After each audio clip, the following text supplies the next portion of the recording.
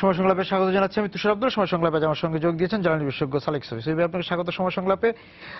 আমি যে বিষয় নিয়ে আলোচনা করতে চাই, এই যে গ্যাসের দাম সরকার বাড়িয়েছে, দুই ধাপে বাড়ানোর কথা, যদি একটি ধাপ আদালতের এক ধরনের রিট বা এক ধরনের পর্যবেক্ষণে সেটা স্থগিত করা হয়েছে, কিন্তু প্রথম ধাপে বাড়ানো হয়েছে।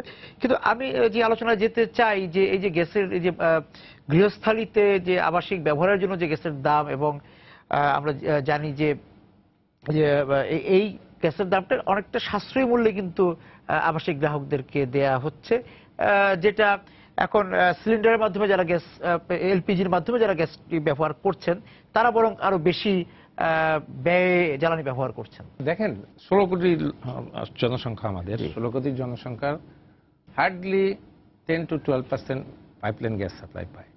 কিন্তু আমরা গ্যাস সিস্টেম ডেভেলপমেন্টে, সেটা গ্যাস ফিল্ড ড্রিলিং থেকে বলেন, সঞ্চালন ব্যবস্থাপনা, বিতরণ ব্যবস্থার জন্য যে ব্যয় করেছি, তার জন্য তো পুরো দেশের সব জনগণেরই একটা কন্ট্রিবিউশন আছে, তাদের টাকাই তো আমরা করেছি। তো এটা তো জ্বালানির সমতা সৃষ্টির জন্য ওনারা যে বিকল্প জ্বালানিগুলির কথা বললেন, এলপিজি ব্যবহার করে, পাইপলাইন এলাকায় পাইপলাইন গ্যাস ব্যবহার করে, এখানে 400-500 টাকা বা 600 টাকা মাসিক খরচ, ওখানে 4000 টাকা 3000 টাকা করতে হয়। এটা একটা পরিস্থিতির মধ্যে আসতে হবে। এটা হলো একটা দিক গেল যে পুরো দেশে জ্বালানির সাম্য সৃষ্টি করা হচ্ছে জ্বালানি ব্যবহারে। সেকেন্ড হলো, আমাদের প্রমাণিত গ্যাসের মজুদ কিন্তু নিঃশেষ হয়ে আসছে। আমি বলছি না যে নতুন এক্সপ্লোরেশন করলে পাওয়া যাবে না বা সাগর থেকে আসা যাবে না। এখন আমাদের কি করতে হবে, এবং আমরা যদি সাগর থেকেও আনি বা নতুন গ্যাস এক্সপ্লোর করে আনি, সেটার মূল্য কিন্তু বর্তমান বাজার মূল্যের মতো হবে। আমরা যে গ্যাস ব্যবহার করতেছি, যে কোনোভাবে এটা ইকোনমিক মূল্য না। গ্যাস তো একটা পণ্যের তো একটা মার্কেটিং করলে একটা ইকোনমিক মূল্য থাকবে। সরকার যে কোনোভাবে হোক, যেহেতু প্রথম গ্যাস ফিল্ডগুলি আমরা শেল থেকে পেয়েছিলাম, ওটার জন্য মোটামুটি কোনো মূল্যই দিতে হয়নি, বঙ্গবন্ধু নিয়েছিলেন, সেই সুলভ মূল্য দিয়ে চালানো হয়েছে। কিন্তু ব্যবহারিক গ্যাসের ডোমেস্টিক ব্যবহারের ক্ষেত্রে কিন্তু আমরা অত্যন্ত ক্যালাস ছিলাম। আমরা যথেচ্ছ ব্যবহার করেছি। আমরা একটা ম্যাচের ডিশলাই সেভ করার জন্য চুলা জ্বালিয়ে রেখেছি। আমরা গ্যাসের আগুনে কাপড় শুকিয়েছি। অফুরন্ত ভান্ডারও তো একসময় শূন্য হয়ে যায়, সেসময় কেয়ার করিনি। তো সেদিক ব্যবহার করে গ্যাসের যে ইকোনমিক প্রাইসিং এর ক্ষেত্রে, গ্যাস মাটির নিচে প্রাকৃতিক সম্পদ, তুলে আনতে খরচ আছে, আমি বলেছি সব ব্যাপার খরচ আছে, সেই ইকোনমিক মূল্য নির্ধারণ করা উচিত ছিল। আর আমাদের এখন যেহেতু অনেক উচ্চ মূল্যের এলএনজি নিয়ে আসতে হবে, 2019 সাল থেকে বা 18 সাল থেকে এলএনজি চলে আসবে। সেই এলএনজির প্রাইস আমাদের এখন weighted average price in the gas market is $2 বা লিটল ওভার $2। এলএনজির প্রাইস $14 কিনতে হবে। হয়তো প্রথম দিকে এলএনজি আসলে পারে মিক্স এটা $4 বা $5 হবে, কিন্তু আস্তে আস্তে তো সেক্টরটা উঠিয়ে নিয়ে আসতে হবে। ডোমেস্টিক সাপ্লাই বা কমার্শিয়াল সাপ্লাইয়ের ক্ষেত্রে কিন্তু বিকল্প আছে। এলপিজি, সরকার এলপিজির একটা পরিকল্পনা নিয়েছে। হয়তো আগামী 3 থেকে 5 বছরের মধ্যে সবাইকে এলপিজি দেওয়ার জন্য একটা ব্যবস্থা গ্রহণ করা হবে। গাড়িতে যে সিএনজি দেওয়া হচ্ছে, সেটা অটো গ্যাস দিয়ে রিপ্লেস করা হবে, সেটা ব্যবস্থা করা হচ্ছে। সরকারের এখন উচিত কিভাবে ডোমেস্টিক গ্যাসের প্রাইস এবং এলপিজির প্রাইস কাছাকাছি নিয়ে আসা যায়। যদি জ্বালানি মূল্যের পরিবর্তন হয় বা অন্য কোনো কারণ হিসেবে তো বলাই যায়, এই গ্যাসের সরবরাহ বাড়ানোর জন্য বা গ্যাসের সঞ্চালন বাড়ানোর জন্য তো বিপুল বিনিয়োগ করতে হয়েছে। গ্যাস ট্রান্সমিশন কোম্পানিকে মিলিয়ন ডলার ইনভেস্ট করতে হয়েছে। এখান থেকে যে সাশ্রয় হবে, সেটার একটা অংশ হয়তো ওদের পাইপলাইন টেরিফে দিতে হবে। আর সরকার কিন্তু এই মুহূর্তে কিন্তু গ্যাস দিতে পারছে না। যারা ডোমেস্টিক সাপ্লাই পায়, তারা অনেকেই 2 ঘন্টা 3 ঘন্টার বেশি গ্যাস পায় না। তার উপরে যদি তাদের এই অতিরিক্তটা হয়, আমার মনে হয় এটা this was not the right time. আবার অন্যদিকে কিন্তু সরকারের উপায়ও নাই, মার্কেটকে রেডি করতে হবে এলএনজির জন্য। এই বিবেচনাগুলি সরকারের নেওয়া উচিত। আর আরেকটা যেটা বললাম, এলপিজি কি খুব সুলভ হবে? এলপিজির সরবরাহের ক্ষেত্রে তো সরকার এখন অনেকগুলি পারমিশন দিয়ে দিয়েছে। বেশ কিছু এলপিজি নতুন আসছে, আমাদের দেশে এলপিজি সিলিন্ডার হচ্ছে। সরকার খুব কেয়ারফুলি এলপিজির মার্কেট এমনভাবে মনিটরিং অ্যান্ড রেগুলেট করা উচিত, যাতে এখানে একটা কার্টেল সৃষ্টি না হয়। বড় বড় কয়েকটা কোম্পানি যেন মনোপলি করে না ফেলে। কতগুলি স্ট্যান্ডার্ড রুল সেট করে দিয়ে, যাদের সক্ষমতা আছে সেফটি রুলগুলি সেট করে দিয়ে যেন ওপেন করে দেওয়া হয় মার্কেট। তখন হবে কি, মার্কেটে কম্পিটিশন হবে। 4 জনের জায়গায় যদি 14 জন বা 25 জন হয়, তাদের সার্ভিস কোয়ালিটিও বেটার হবে, প্রাইস আস্তে আস্তে নেমে আসবে। সেটা করা উচিত মার্কেট কম্পিটিশন করার জন্য। কার্টেল যাতে না হয়, যে 6টা-8টা কোম্পানি মিলে আমরা এলপিজি অ্যাসোসিয়েশন বানালাম, সিন্ডিকেট করে ফেললাম, সেটা যেন না হয়। আমি একটু যেতে চাই হচ্ছে বিদ্যুতের ক্ষেত্রে। যাবো, কিন্তু তার আগে একটা বিষয় যেতে চাই যে অর্থনৈতিক অঞ্চল করা হচ্ছে কতগুলো, জি, জি। প্রায় 100টি, প্রায় এই জি, যে জি। সব জেলা গুলোতে অর্থনৈতিক অঞ্চল হবে। করা হচ্ছে সেই স্পেশালাইজড ইকোনমিক হ্যাঁ, জোন। সেই অর্থনৈতিক অঞ্চলে গ্যাস আসবে কোথা থেকে? দেখেন এদের জন্যই কিন্তু মেইনলি আপনি দেখবেন সরকারের এখন কারণ এখনই তো যে অর্থনৈতিক অঞ্চলগুলো আছে হ্যাঁ। বা ইপিজেড আছে অনেক জায়গায়, বা দেখেন শিল্পাঞ্চল আছে, সরকারের সেখানে যেটা গ্যাস পরিকল্পনা দিতে পারছে আছে, না। সরকার ধীরে ধীরে ডোমেস্টিক কমার্শিয়াল সিএনজি এসব ক্ষেত্রে গ্যাস সরবরাহ বন্ধ করে দিবে। ক্যাপটিভ জেনারেশনের ক্ষেত্রে গ্যাস সরবরাহ বন্ধ করে ধীরে দিবে। ধীরে বন্ধ করে দিবে। বন্ধ করে দিলে বাকি থাকবে শুধু ইন্ডাস্ট্রি। ইন্ডাস্ট্রিগুলো কিন্তু বিচ্ছিন্নভাবে সব জায়গায় দেওয়া হবে না, স্পেশালাইজড ইকোনমিক জোন যেখানে আছে সেখানে ইন্ডাস্ট্রিগুলি দেওয়া হবে, এবং ইন্ডাস্ট্রি সেই ইন্ডাস্ট্রিগুলিরই দেওয়া হবে যেগুলি ফুয়েল এফিসিয়েন্ট অ্যাপ্লায়েন্সেস। এখন যেমন আমি বলতে পারি আমাদের কতগুলি ব্যবহারের ক্ষেত্রে বেশ কিছু সার কারখানা পুরোনো ধরনের টেকনোলজি ইউজ করে অনেক গ্যাস ব্যবহার করে, যার জন্য আমাদের দেশের গ্যাস ব্যবহার করে আমাদের দেশে যে সার উৎপাদন করি আমদানিকৃত সারের মূল্য তার থেকে কম হয়ে যায়।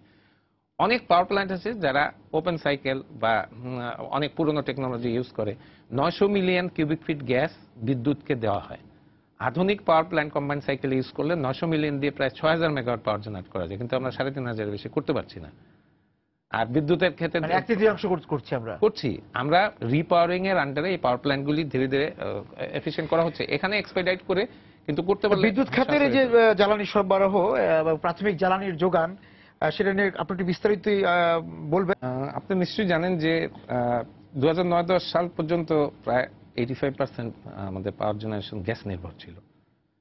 যে কোনো কারণেই হোক 2000 সাল থেকে আজ পর্যন্ত গ্যাসের এক্সপ্লোরেশন খুব কম হয়, আমাদের যে প্রমাণিত মজুদ সেটা শেষ হয়ে আসছে। এই মুহূর্তে প্রায় 2750 million cubic feet gas production হচ্ছে, কিন্তু গ্যাস ক্ষেত্রগুলির মেজর গ্যাস ক্ষেত্রগুলির ওয়েল হেড প্রেশার ডিপ্লিটেড হয়ে যায়, আশঙ্কাজনকভাবে ওয়েল হেড প্রেশার ডিপ্লিটেড হয়ে যাচ্ছে।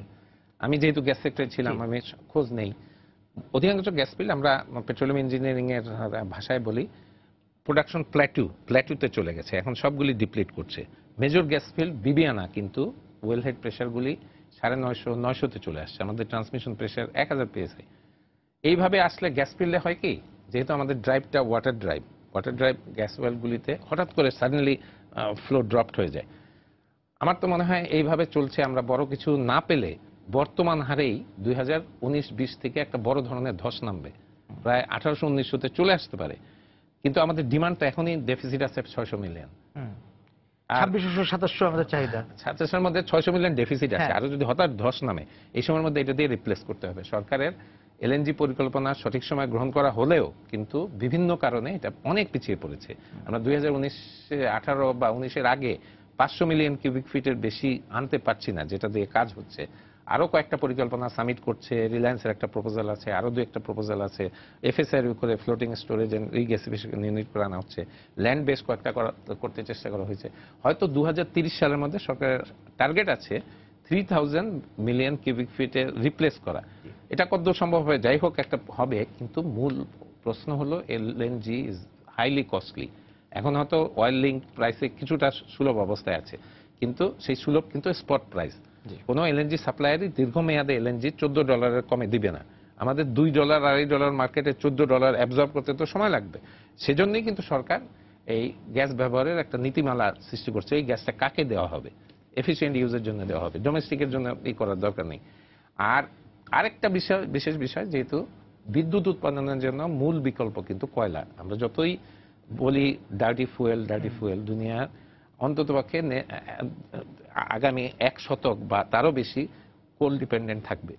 যে তেল ভিত্তিক যে বিদ্যুৎ কেন্দ্রগুলো আছে সেগুলোর ভবিষ্যৎ কি হবে? তেল ভিত্তিক বিদ্যুৎ কিন্তু আপনারা জানেন এটা স্বল্প মেয়াদী কন্টিনজেন্সি মেজার হিসেবে স্বল্প থেকে 2009 সালে আসছিল, কিন্তু আমাদের মধ্যমেয়াদে যেগুলি বড়গুলি করার কথা ছিল সেগুলি বাস্তবায়ন ডিলে হয়ে যাওয়ায় সরকারের উপায় ছিল না।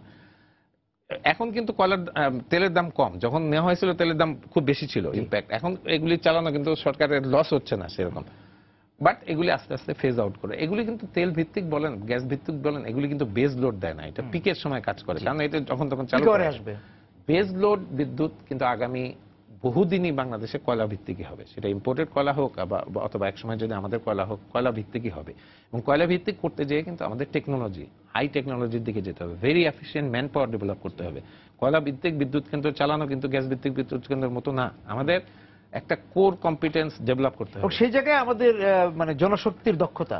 এই মুহূর্তে আপনি যদি বলেন, আমি তো একটা জনশক্তি উন্নয়ন পরিকল্পনার সাথে জড়িত ছিলাম, অস্ট্রেলিয়ান একটা পরিকল্পনায়। আমি যতদূর দেখেছি আমাদের 10টা বড় ধরনের কোল ভিত্তিক পাওয়ার প্ল্যান্ট করা হচ্ছে, ইম্পোর্টেড পাওয়ার প্ল্যান্ট 1320 মেগাওয়াট ক্যাপাসিটির।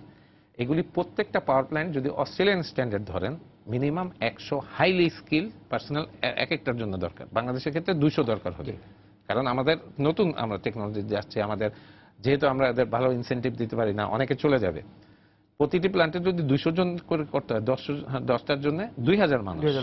এবং এই পরিকল্পনা আমাদের এখনই করতে হবে, কারণ এখনই করে আমরা যখন এগুলি 3-4 বছর পরে যখন এগুলি অপারেশনাল স্টেজে আসবে, সে সময় কিন্তু এগুলি রেডি থাকতে হবে এই ম্যান পাওয়ার। এবং এই ম্যান পাওয়ারকে কিন্তু কয়লা আমদানি করা, স্টোরেজ করা, কয়লা প্রসেসিং করা, ব্লেন্ডিং করা, অপারেশন কনস্ট্রাকশন ম্যানেজমেন্ট করা, অপারেশন মেনটেন রিপেয়ার করা, এগুলোর জন্য রেডি হবে, না হলে কিন্তু ডিজাস্টার হয়ে যাবে। এবং সেই জনশক্তির তৈরির প্রক্রিয়া আমাদের এখানে চালু আছে। সরকার তো আরেকটা জানেন যে ধীর গতি, এইগুলি তো বিভিন্ন প্ল্যান্ট তো বিভিন্ন জনের মাধ্যমে, কিছু চাইনিজদের সাথে জয়েন্ট ভেঞ্চারে হচ্ছে, কিছু ইন্ডিয়ার সাথে জয়েন্ট ভেঞ্চারে হচ্ছে, কিছু মালয়েশিয়ানদের সাথে জয়েন্ট ভেঞ্চার হচ্ছে, কোরিয়ানদের সাথে হচ্ছে, জাপানিজদের সাথে হচ্ছে। আমাদের ডেফিনেটলি যারা আমরা ক্লায়েন্ট ইঞ্জিনিয়ার আছি বা সরকার আছে, এরা একটা স্ট্যান্ডার্ড সেট করে দেওয়া উচিত। আমরা উন্নত মানের কয়লা ব্যবহার করতে হবে, high heating value, low sulphur, low ash coal, this is কয়লাটা আনলাম। তারপরে যে ইকুইপমেন্টগুলি, বয়লার, কন্ডেন্সার বা ফ্লু গ্যাস ডিসালফারাইজেশন প্ল্যান্ট বলেন, নক্স সেপারেটর, নক্স বার্নার বলেন, এগুলি উন্নত মানের, যেগুলি প্রুভেন সাপ্লায়ার, তাদের কাছ থেকে নিতে হবে। আর প্রুভেন টেকনোলজি ইউজ করতে হবে। আমরা শুনছি super critical, ultra super critical, super critical, ultra super critical চলছে, কিন্তু এগুলি ওয়েল প্র্যাকটিস টেকনোলজি না। আল্ট্রা সুপার ক্রিটিক্যাল এখনো প্রুভেন টেকনোলজি না। আমরা সাব ক্রিটিক্যাল থেকে স্ট্রেইট অ্যাওয়ে সুপার ক্রিটিক্যালে জাম্প করাটা হয়তো যাবো এক সময়, আমরা উন্নত প্রযুক্তি কেন পারবো না, পারবো, কিন্তু এই মুহূর্তে এতগুলি সাব ক্রিটিক্যাল, সুপার ক্রিটিক্যাল বা আল্ট্রা সুপার ক্রিটিক্যাল চালানোর দক্ষতা আগামী 5 থেকে 10 বছরের মধ্যে অর্জন করা, I feel it will be easy. এবং গ্যাস অনুসন্ধান, হ্যাঁ, গ্যাস অনুসন্ধান এবং পাশাপাশি হচ্ছে স্থলভাগের গ্যাস অনুসন্ধান এবং প্রমাণিত মজুদ এবং ভবিষ্যৎ অবস্থাটা কি। কিছুদিন আগে একটা আইনের ব্যারিয়ার ছিল যে স্থলভাগের নতুন কোনো কাজ বাপেক্স ছাড়া কাউকে দেওয়া হবে না। আমি তো দীর্ঘদিন পেট্রোবাংলা সেক্টরে কাজ করেছি। বাপেক্সের কিন্তু সীমাবদ্ধতা আছে, টেকনোলজিক্যাল সীমাবদ্ধতা আছে, আর্থিক সীমাবদ্ধতা আছে। বাপেক্সের পক্ষে কিন্তু একা এই ধরনের পরিস্থিতিতে ব্যাপকভাবে উন্নয়ন করা সম্ভব না। তারপরেও কিন্তু বাপেক্সকে দিয়ে 108টা গ্যাস ওয়েল, যার মধ্যে 53টা অনুসন্ধান কূপ, 5 বছরে করার একটা প্রজেক্ট কেন নেওয়া হয়েছিল আমি জানি না, কারণ বাংলাদেশের ইতিহাসে কিন্তু 53টা গ্যাস ওয়েল এক্সপ্লোরেশন এই পর্যন্ত হয়নি। যাই হোক, সেটার কিছু একটা অংশ কিছুটা বিতর্ক সৃষ্টি হয়েছে, গ্যাসপ্রম নামে একটা কোম্পানিকে কিছু কিছু করে দেওয়া হয়েছে। আমি মনে করি না বাপেক্স এককভাবে এই ধরনের রেসপন্সিবিলিটি পালন করতে পারবে। বাপেক্সের দক্ষতা বৃদ্ধির জন্য যদি ফেয়ার ওয়েতে ভালো ইন্টারন্যাশনাল কোম্পানির সাথে জয়েন্ট ভেঞ্চার করে, স্ট্র্যাটেজিক পার্টনারশিপ করে বাংলাদেশের স্থলভাগে কাজ করানো যায়, কারণ বাপেক্স কিন্তু নর্মাল একটা ড্রিলিং করতে পারবে। যদি ড্রিলিং এ কোনো সমস্যা হয়, যেমন মোবারকপুরে একটা সমস্যা হয়েছিল, বহু কিছুর পরে কিন্তু করতে পারেনি। অনেকটা আশাবাদী ছিলাম যে আমরা সুনেত্রা একটা বড় পারবো, করতে পারিনি। বাপেক্স গত কিছুদিনে কিন্তু কয়েকটা টাইনি গ্যাস ফিল্ড ডিসকভার করছে, ভেরি মার্জিনাল, যেগুলি মানে আমাদের গ্যাস গ্রিডের কাছে না হলে কমার্শিয়াল ডিসকভারি হতো না। এখন আমার মনে হয় যদি 2009 সালে বা 10 সালে যখন সরকার কাজ শুরু করলো এই সেক্টরে, তখন থেকে যদি 10টা এক্সপ্লোরেশন রিগ প্রপার ওয়েতে বাংলাদেশে কাজ করত, এই সময় 2 থেকে 3টি সেফ গ্যাস পাওয়া যেত। আমি বলবো না স্থলভাগের সম্ভাবনা কম হয়ে আসছে, হয়তো পাওয়া যেত, সেটা করা হয়নি। স্থলভাগে পাওয়া যেত। 4টা স্ট্রাকচার তো চিটাগাং এলাকায় আইডেন্টিফাইড, গ্রেটার চিটাগাং এ আইডেন্টিফাইড স্ট্রাকচার আছে, সেইগুলি বাপেক্সের সাথে জয়েন্ট ভেঞ্চার করার জন্য একটা পরিকল্পনা নিয়ে সেটা কিন্তু ঝুলে আছে, এখন পর্যন্ত অ্যাওয়ার্ড করা হয়নি। এই গেল বাপেক্সের দিকটা। 108টার কথা বলেছে, 108টার মধ্যে 53টা এক্সপ্লোরেশন হয়। এটা লোকেশনই তো আইডেন্টিফাই করা হয়নি, সার্ভে করে লোকেশনই তো আইডেন্টিফাই করা হয়নি, জনবল, ইকুইপমেন্ট, এটা হয়তো আস্তে আস্তে আগাবে। আর অফশোরের কথা বলেন, এটা আমাদের জন্য চরম ব্যর্থতা। আমরা এই সরকারের বিরাট একটা সাফল্য যে আমরা একটা বাংলাদেশ পেয়েছি অফশোরে। 5-6 বছর ধরে অফশোরে যে আমরা ড্রিলিং করব, ডিপ ওয়াটারে আমাদের ইনফরমেশন নেই।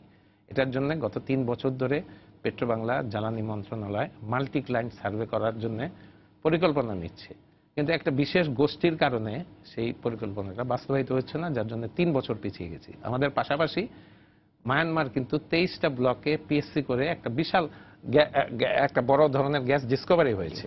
তাই উপস্কো এবং অস্ট্রেলিয়ান কোম্পানি উডসাইড একটা বড় ধরনের গ্যাস ডিসকভারি করেছে, যে ডিসকভার্ড গ্যাস ফিল্ডটা আমাদের টেকনাফ থেকে মাত্র 60 কিলোমিটার দূরে, কিন্তু সেখান থেকে মায়ানমারের মেইনল্যান্ড কিন্তু 200-250 কিলোমিটার দূরে। এখানে কিন্তু সুযোগ আছে আমাদের। বিভিন্ন সময় আমি ঠিক কোম্পানিটার নাম এখন বলতে চাচ্ছি না, সেই কোম্পানিটা কিন্তু ভীষণ আছে যদি বাংলাদেশ সরকার উদ্যোগী হয়ে মায়ানমারের সাথে আঞ্চলিক সম্ভাবনার মধ্যে ওখান থেকে কিন্তু গ্যাস নিয়ে আসার সম্ভাবনা আছে।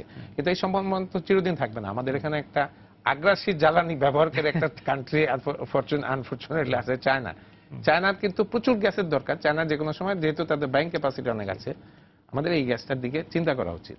আর অফশোরে কিন্তু আমাদের যে পিএসসি ডকুমেন্ট আছে, মডেল পিএসসি ডকুমেন্টটা বিভিন্ন সময় আন্তর্জাতিক পর্যায়ে আমি দেখি, এই পিএসসি ডকুমেন্টটার ইকোনমিক মডেলটা কোনোভাবেই কিন্তু বড় বড় কোম্পানির পক্ষে $3 বিলিয়ন $4 বিলিয়ন ইনভেস্ট করে রিস্ক ইনভেস্টমেন্ট করে সেটার জন্য উইন উইন মনে হয় না। আমার জন্য যেটা মনে হয়, সরকার আপডেট করতেছে, আপডেট করার এক পর্যায়ে যদি ভিন্ন ভিন্ন ভাবে যারা এখানে আগ্রহী তাদের সাথে আলাপ করে কি ভাবে সেটা তারা আগ্রহী হবে সেটা করা দরকার। কারণ ওরা $3-4 বিলিয়ন রিস্ক ইনভেস্টমেন্ট করবে। গ্যাস পেলে ইনভেস্টমেন্ট এই হবে, গ্যাস না পেলে ওটা go down the drain. Gas পেলে তো আমাদের সুবিধা। কোন কোন ক্ষেত্রে গ্যাসের ব্যবহার কি হবে? আমরা ওই গ্যাস 200 কিলোমিটার দূরে 2 মিটার ডেপথের গ্যাস উন্নয়ন করতে 4 বিলিয়ন লাগবে। সেটা ওখানে ফ্লোটিং এলএনজি করে নিয়ে আসবে না পাইপলাইন করে নিয়ে আসবে? পাইপলাইন তো ওরা করবে না, পাইপলাইন তো আমাদের করতে হবে, এবং সেই অফশোর পাইপলাইন করার আমাদের সক্ষমতাও নেই। সেই জিনিসগুলো আলাপ করে যদি, আমি জানি না জাতীয় নির্বাচনকে সামনে রেখে এই ধরনের বড় একটা কার্যক্রম হাতে নেওয়া যাবে কিনা। যত তাড়াতাড়ি সম্ভব করতে হয়। অফশোর থেকে গ্যাস আসতে কিন্তু 8 থেকে 10 বছর সময় লাগবে, এবং এই গ্যাসের দাম কিন্তু $10 $12 কম হবে না। একইভাবে একটু যোগ করতে চাই যে সরবরাহ বা সঞ্চালন সরবরাহ মানে যে লাইন আছে তার সক্ষমতা, সরবরাহ লাইনের সক্ষমতা কিন্তু সৃষ্টি করা হয়েছে। এখন কিন্তু মাতারবাড়ি থেকে আমাদের চট্টগ্রাম গ্যাস গ্রিডে একটা পাইপলাইন নির্মাণ শেষ হয়ে গেছে, 2টা স্টেশনের কাজ বাকি আছে। যে এফএসআরইউ থেকে প্রথম 500 মিলিয়ন গ্যাস নেওয়া হবে, সেটা কিন্তু এই সরবরাহ লাইন কিন্তু আগামী 3-4 মাসের মধ্যে রেডি হয়ে যাবে। এখন ওইখানে এফএসআরইউটা বসছে, সেটা হচ্ছে, এটার একটা প্যারালাল লাইন হচ্ছে। কারণ ওইখানে আমি আগেই বলেছি সামিট গ্রুপ, রিলায়েন্স এর আরো 2টা এফএসআরইউ করতে চাচ্ছে। এরপরে চিটাগং থেকে, আনোয়ারা থেকে, ফৌজদারহাট হয়ে, বাকরাবাদ হয়ে মেঘনা পর্যন্ত একটা বড় ধরনের পাইপলাইন নির্মাণ পরিকল্পনা নিয়ে এগিয়ে চলা হচ্ছে। কারণ মেঘনাঘাটে আবার একটা পাওয়ার হাব হবে, যেখানে রিলায়েন্সের মতো কোম্পানি, আরো কয়েকটা কোম্পানি পাওয়ার প্ল্যান করতে চাচ্ছে। কিন্তু সেই ক্ষেত্রে একটা কথা আমার মেনশন করতে হয়, সরকার কিন্তু বহুদিনের চেষ্টার পর, আমি 2005 থাকা অবস্থায় পরিকল্পনা নেওয়া হয়েছিল, কুষ্টিয়া, যশোর, খুলনা গ্যাস বিতরণ পাইপলাইন, সঞ্চালন পাইপলাইনের জন্য বিরাট একটা বিনিয়োগ করেছে। বিনিয়োগ করার শেষ পর্যায়ে আসে দেখা যাচ্ছে যে আমরা গ্যাস দিতে পারবো না। এটা কিন্তু রাজনৈতিকভাবে সরকারের জন্য খুব সুখপ্রদ হবে না। যখন ইলেকশনের সময় আসবে তখন হয়তো মানুষজন এটা দাবি দেওয়া নিয়ে আসবে। কিন্তু এটা বাস্তবতা। এই মুহূর্তে এলএনজি বড় আকারে নিয়ে আসলে এই গ্যাস পাইপলাইন দিয়ে হয়তো এলএনজি সরবরাহ করা যাবে, কিন্তু এলএনজি না আসা পর্যন্ত কিন্তু ডোমেস্টিক দক্ষতার বিষয়ে, দক্ষতার সঙ্গে জ্বালানি নিরাপত্তার একটা সম্পর্ক আছে। অফকোর্স জ্বালানিটাকে এখন ইকোনমিক মূল্যে যে নিয়ে আসার চেষ্টা করা হচ্ছে, সঠিক প্রাইস। গ্যাসের তো আমরা সঠিক প্রাইস দেইনি, গ্যাসের এটা ইকোনমিক প্রাইস না। এটাও কিন্তু একটা জ্বালানি নিশ্চয়তা, জ্বালানি নিরাপত্তা সৃষ্টির একটা সিগন্যাল। কারণ গ্যাসের দাম যত বাড়ানো হবে বা ইকোনমিক প্রাইস করা হবে, তখন যারা ব্যবহারকারী তারা সচেতন হবে, অর্থনৈতিক মূল্যের কাছাকাছি আসলে সচেতন হবে। আজকে কিন্তু বাংলাদেশে যে গ্যাস ব্যবহার করা হয়, আপনি যেগুলি গ্যাস বেসড ইন্ডাস্ট্রিগুলি, তাদের অধিকাংশ অ্যাপ্লায়েন্সেস কিন্তু ফুয়েল এফিসিয়েন্ট না, পাওয়ার এফিসিয়েন্ট, ফুয়েল এফিসিয়েন্ট না। আমরা ডোমেস্টিকের কথা তো বাদই দিলাম, ডোমেস্টিকে তো আর আমাদের বাহুল্য ডোমেস্টিক আমরা দিতে পারবো না। এইটা ব্যবহার করলে, এবং at the same time down স্ট্রিমে যারা ব্যবহার করছে, বিদ্যুৎ উৎপাদন করে যে বিদ্যুৎ ব্যবহার করছে, বিদ্যুৎও তো সাশ্রয়ী না। আমরা দেখলাম সরকার কিছু উদ্যোগ নিয়েছে, এই এলইডি বাল্ব ব্যবহার করা হচ্ছে, এটা অনেকটা লাইটিং লোড কমিয়ে দেবে। ফ্রিজ, টেলিভিশন বা অন্যান্য জিনিসগুলি শ্রেডা নামে একটা অর্গানাইজেশন করা হয়েছে, sustainable renewable energy development authority, তারা গাইডলাইন করছে। তারা সবগুলি ইলেকট্রিক্যাল অ্যাপ্লায়েন্সগুলিকে লেভেলিং করে, স্ট্যান্ডার্ডাইজেশন করে লেভেলিং করে দেওয়া হবে। আজ থেকে 3-4 বছর পরে কিন্তু কোনো লেভেলাইজ এই ছাড়া বাজারে ব্যবহার করা যাবে না। এই মুহূর্তে শ্রেডার একটা সমীক্ষা দেখেছি, এই মুহূর্তে যদি এই ধরনের এফিসিয়েন্সি নিশ্চয়তা করা যেত, 3000 মেগাওয়াট সমপরিমাণ বিদ্যুৎ সাশ্রয় করা যেত। 3000 মেগাওয়াট প্রডিউস করতে $3 বিলিয়ন লাগে, এবং আরো $1 বিলিয়ন অপারেট মেনটেন করতে লাগে। আমরা তো মধ্য আয়ের দেশ, উন্নত মানের দেশ হবো, ওইসব দেশে কিন্তু জ্বালানি এইভাবেই ব্যবহার করা হয়। এবং ওইসব কান্ট্রিতে, আমি অস্ট্রেলিয়ায় থাকি, অস্ট্রেলিয়ায় কিন্তু আমাদের প্রচুর গ্যাস এবং সবকিছুই আছে। অস্ট্রেলিয়া কিন্তু আমি একজন সিনিয়র প্রিভিলেজ সিটিজেন হিসেবেও আমাকে কিন্তু মাসে $200 গ্যাসের বিল শোধ করতে হয়। $200 মানে কত? $200 মানে প্রায় 12,000 টাকা। সেক্ষেত্রে আমাদের গ্যাস তো it's throw away price, absolutely nothing. আমাদের সচেতন হতে হবে, কারণ আমাদের গ্যাস কিন্তু শেষ হয়ে আসছে। আমাদের স্বীকার করতেই হবে গ্যাসের ব্যবহার হবে না, কিন্তু একই সঙ্গে তো আমরা জনজীবনে আরো কষ্টের সৃষ্টি করতে পারবো না। কারণ আমাদের দেশে হয় কি, আমাদের ক্ষেত্রে মার্কেট কন্ট্রোল তো নাই। আমি যদি গ্যাসের দাম $1 বাড়াই, কি হবে? কালকে এইটার ওসিলায় রিক্সা ভাড়া বেড়ে যাবে, বাজারে সবকিছু বেড়ে যাবে, বাড়ি ভাড়া বেড়ে যাবে। সরকারের তো মার্কেট কন্ট্রোল করতে হবে, নিয়ন্ত্রণের ব্যাপার আছে। নিয়ন্ত্রণের ব্যাপার আছে। তারপর যেটা বলছিলাম, আমাদের কারিগরি দক্ষতার জায়গাটাও তো। কারিগরি দক্ষতা অবশ্যই, কারিগরি দক্ষতা তো আমাদের অনেক দক্ষ জনবল চলে গেছে আমাদের। যদি আমি পেট্রোবাংলার কথাই বলি, আমাদের সময়ে যারা আমাদের সমসাময়িক ছিলেন বা আমাদের ইমিডিয়েট পরে, অনেক ওয়েল ট্রেইন প্রফেশনাল বাইরে চলে গেছে। রাজনৈতিকভাবে কিছু লোক ভিক্টিমাইজড হয়েছে, বা ইনসেন্টিভের অভাব নেই, বা টেকনিক্যাল ক্ষেত্রে নন টেকনিক্যাল লোকজন ডমিনেট করতেছে। পেট্রোবাংলায় এ যাবৎ পেট্রোবাংলায় হোম গ্রোন কোনো চেয়ারম্যান হয়নি। পেট্রোবাংলা থেকে শুরু করে গ্যাস সেক্টর থেকে চেয়ারম্যান হয়নি। সরকারের ক্ষেত্র থেকে এডিশনাল সেক্রেটারি, জয়েন্ট সেক্রেটারিদের 3-4 বছরের জন্য এখানে ট্রায়াল বেসিসে প্রেশনে এনে পাঠিয়ে দিয়ে 3-4 বছর পরে যখন প্রমোশনের সময় হয়ে চলে যাচ্ছে। আমি বলছি না তারা কেউ খারাপ বা তাদের যোগ্যতা নাই, কিন্তু এটা তো বিশেষ কারিগরি একটা জিনিস। পিডিবির ক্ষেত্রে সুবিধা হয়েছে কি, পিডিবির চেয়ারম্যান কিন্তু পিডিবি থেকে বাইরে খুব একটা আসে নাই, কারণ এটা টেকনিক্যাল জিনিস। এখানে পেট্রোবাংলায় আসলে পারে তাকে বুঝতে হবে পিএসসি কি, শেভরন, এক্সন মোবিলের মতো কোম্পানির সাথে কথা বলতে হবে, জ্বালানি দক্ষতা নিয়ে কথা বলতে হবে, এলএনজি নিয়ে কথা বলতে হবে, সিএনজি নিয়ে কথা বলতে হবে। হোম গ্রোন, পেট্রোবাংলা গ্রোন প্রফেশনালসরা যাতে সর্বপর্যায়ে কাজ করতে পারে সেই ব্যবস্থা সরকারের গ্রহণ করতেই হবে। নতুন দরকার হলে নতুন রিক্রুট করে প্রপার ট্রেনিং এর ব্যবস্থা করে, ইনসেন্টিভ সৃষ্টি করে করতে হবে। কারণ আগামী দিনে কিন্তু every drop of gas will be life blood. আমাদের সময় প্রায় শেষের দিকে সইবে। একটা বিষয় বলে রিনিউয়েবল এনার্জি বা নবায়নযোগ্য জ্বালানি খাতে বিনিয়োগ করে আসলে আমরা কতটা নবায়নযোগ্য জ্বালানি, কিন্তু একটা জিনিস মনে করতে হবে, বেজ লোড কখনো দিতে পারবে না। সরকারের একটা পরিকল্পনা আছে 2030 নাগাদ 10% মানে 2021 নাগাদ 10% মানে 2400 মেগাওয়াট জ্বালানি সোলার থেকে করা হবে। সোলারে কিন্তু আমরা লিডার, সোলার হোম সিস্টেমে কিন্তু আমরা লিডার, সোলার হোম সিস্টেম করব। আরেকটা পরিকল্পনা করা হচ্ছে solar irrigation panel. And solar irrigation, আমাদের দেশে ইরিগেশন হয় 3-4 মাস। সোলার ইরিগেশনে কেউ ইনভেস্ট করলে বাকি 8 মাসের জন্য এই বিদ্যুৎটা যাতে গ্রিডে আসতে হয়, একটা স্পেশাল টেরিফ দিতে হবে, ফিডিং টেরিফ। বার্ক আমি শুনেছি একটা ফিডিং টেরিফ দেওয়ার কথা চেষ্টা করছে। আমাদের বড় বড় বিল্ডিং গুলির উপরে রুফটপ সোলার করা যেতে পারে, সেখানে ক্ষেত্রেও একটা কার্যকর না এখন করা হয়নি, হয়তো গ্রুপটপ সোলারে প্রপারলি ম্যানেজ করা হয়নি, এটা করতে হবে। কিন্তু আবার উইন্ড ম্যাপিং করার চেষ্টা করা হচ্ছে, কিছুদিনের মধ্যে উইন্ড ম্যাপিং করে আমাদের চর অঞ্চলগুলিতে উইন্ড জেনারেট করা যায় কিনা। বড় ধরনের সোলার প্ল্যান্ট করতে কিন্তু ল্যান্ড দরকার, আমাদের তো ল্যান্ডের সংকট। আপনি যেটা বললেন, তারা বেজ এনার্জি দিতে পারবে না, বেজ লোড কখনোই হবে না। বেজ লোড সারা দুনিয়াই পারবে না, যতই আমরা প্যারিস সামিট করে যাই করি। কয়লা উইল কন্টিনিউ টু ডমিনেট, কয়লার টেকনোলজি আস্তে আস্তে উন্নত হতে থাকবে। এখনো তো 45% এনার্জি কয়লা থেকেই আসে, এবং কয়লার যে মজুদ আছে আগামী 500 বছরেও এই মজুদ এই হবে না, ফুরাবে না। কিন্তু সেটার দিকে তো আমরা তো আমাদের নিজেদের কয়লা তো ব্যবহার করলাম না, এটা রাজনৈতিক সিদ্ধান্ত। টেকনিক্যাল বা ফাইন্যান্সিয়াল কোনো কারণই নাই। এবং যে কয়লা ক্ষেত্রগুলি আছে, অন্তত একটা কয়লা ক্ষেত্র তো সব ধরনের সমীক্ষা করা আছে। রাজনৈতিকভাবে সরকারের পক্ষেও সিদ্ধান্ত, একবার রাজনৈতিকভাবে এই হয়ে যাওয়া সরকারের পক্ষে সিদ্ধান্ত নেওয়া ডিফিকাল্ট হয়ে যায়। আমি যতদূর জানি, ফুলবাড়ি বা বড়পুকুরিয়া বাদ দিয়ে খালাসপির দিঘিপাড়ার কয়লাক্ষেত্রগুলি উন্নয়ন করে ওখান থেকে রেলে করে কয়লা নিয়ে এসে এই যমুনার পাড়ে একটা নতুন বিদ্যুৎ হাব করার পরিকল্পনা নেওয়া হচ্ছে। হয়তো ভবিষ্যতে এই কয়লা দিয়ে আমাদের ওই প্ল্যান্টগুলি চালাতে হতে পারে, কারণ যদি ইম্পোর্টেড কয়লার চেইন কোনো সময় ভেঙে যায়, এটা একটা ব্যাকআপ হিসেবে, যেহেতু মংলা পর্যন্ত রেল লাইন হয়ে যাবে, সব জায়গায় রেল লাইন হয়ে যাবে, এটা করতে হবে, ভবিষ্যতের জন্য রাখতে হবে। কিন্তু মনে রাখতে হবে, এখন কয়লা উত্তোলন করলে যে খরচ, প্রতি বছর কিন্তু খরচ প্রায় ডাবল হয়ে যাবে থাকবে, কারণ নানান ধরনের এনভায়রনমেন্টাল কনসার্ন চলে আসছে। সেটা আমরা এত উঠাতে পারবো কিনা 5 বছর বা 10 বছর পরে, সেটাও কিন্তু নিশ্চয় করে বলা যায় না। যে আপনার সঙ্গে এই বারবার যে আলোচনাগুলি হয় জ্বালানি নিরাপত্তা নিয়ে, বিভিন্ন সময় আমরা এক জায়গাতেই রয়ে যাচ্ছি। বর্তমান বাংলা পরিপ্রেক্ষিতে প্রধানমন্ত্রীকে সবকিছু করতে হয়। উনি, it's not that she is very committed এবং environment concern, she has done extraordinary works. আজকে যে এই যে আমরা এখানে বসে জ্বালানি দেখছি বিদ্যুৎ জ্বলছে, আমি আপনার এই অনুষ্ঠানে বেশ কয়েকবার আগেও এসেছি, বিদ্যুৎ কিন্তু চলে গেছে প্ল্যান্ট চলা অবস্থায়। এটাও কিন্তু একটা বিরাট অবদান। ইনশাআল্লাহ জাতি আগে যাবে, কারণ পদ্মা ব্রিজ যদি আমরা করতে পারি, ন্যাশনাল কনফিডেন্স উইল গ্রো।